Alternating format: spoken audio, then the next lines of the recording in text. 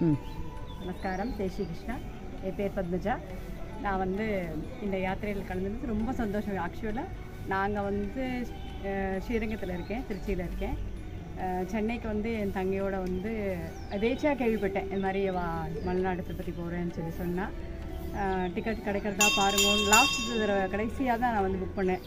கிடைக்கிறதான்னு கேளுங்க, நானும் வரேன், உங்களோட கலந்துக்கிறேன் அப்படின்னு சொல்லிட்டு வந்ததில் எனக்கு ரொம்ப சந்தோஷம், ரொம்ப திருப்தி. இது மாதிரி நிதானமாக ஒரு அருமையான ஒரு தர்ஷன் எப்போவுமே என்னோட இதில் கிடைச்சதில் முதல் தடவையாக வர்றதுனால இந்த எக்ஸ்பீரியன்ஸ் எனக்கு உண்மையிலேயே ரொம்ப சந்தோஷமான ஒரு எக்ஸ்பீரியன்ஸாக இருந்தது. ஸ்ரீ வித்யா தம்பதிகள் ரொம்ப சந்தோஷம். அவளுக்கு என்னோட நன்றி. இந்த யாத்திரையில் இன்னும் என்னென்ன யாத்திரை வைக்கிறாளோ அதிலெல்லாம் கலந்துக்கணும்னு எனக்கு ரொம்ப ஆசை.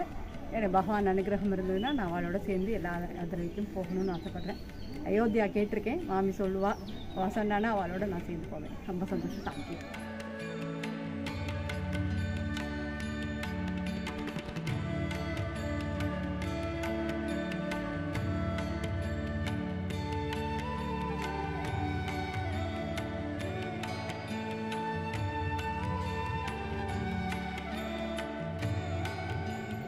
என்னோட பேர். நான் வெஸ்ட் மாம்பலத்துலேருந்து வரேன்.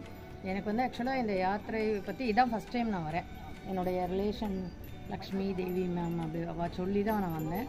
ரொம்ப அருமையான ஒரு க்ஷேத்ராடன ட்ராவலிங் இது. ரொம்ப அருமையாக இருந்தது. எல்லா க்ஷேத்திரமும் ரொம்ப நன்னா சேவித்தோம். அதாவது என்னென்னா சாப்பாடு அப்படிங்கிறது முக்கியமாக இருக்குது. பெருமாளை சேவிக்கிறதோட ரொம்ப அருமையாக கவனிக்கிறா ஸ்ரீ வித்யா சுதர்ஷன்.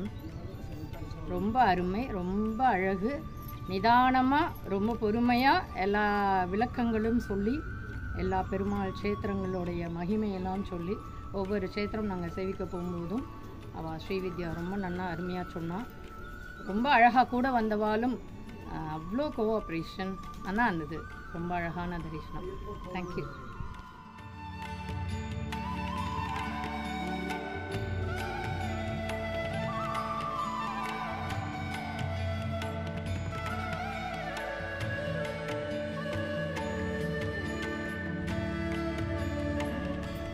நான் இது 4வது முறையாக இந்த அத்திகிரி யாத்திராவில் கலந்துக்கிறேன். அதாவது சொல்கிறப்பவே எனக்கு கூஸ்பம் வருது. இந்த யாத்திரா அது சொல்கிறதுக்கு வார்த்தைகள் கிடையாது. நான் ஒரே ஒரு வார்த்தை தான் நான் சொல்லுவேன். இந்த ஸ்ரீவித்யா சுதர்ஷன் அவள் தம்பதிக்கு மேலே மேலே பெருமாளுடைய சௌபாகியங்களும் அவளை ஒரு குறைவு இல்லாத இந்த யாத்திராவை கடைசி வரைக்கும், அதுவும் இத்தனை வயசானவாள்லாம் கூட்டின்னு போகிறது பெரிய விஷயம். பொறுமை, அதுதான் அவகிட்ட. தாயாருக்கு ஒரு பொறுமைனா ஸ்ரீவித்யா கிட்ட ஒரு பொறுமை. அந்த பொறுமையை கையாளுண்டு ஒவ்வொருத்தரையும் அனுசரணையாக ஒவ்வொரு இடத்தையும், அதாவது மூஞ்சி சுளிக்காத அதுதான் வேணும். ஒரு ஹாஸ்பிட்டாலிட்டின்னு சொல்கிறா இல்லையா, அதுதான் அவகிட்ட. அதனால் எல்லாரும் இந்த யாத்திராவில் கலந்து மேலே மேலே க்ஷேமமாக இருக்கணும்னு பிரார்த்தனை பண்ணிக்கிறேன். நமஸ்காரம்.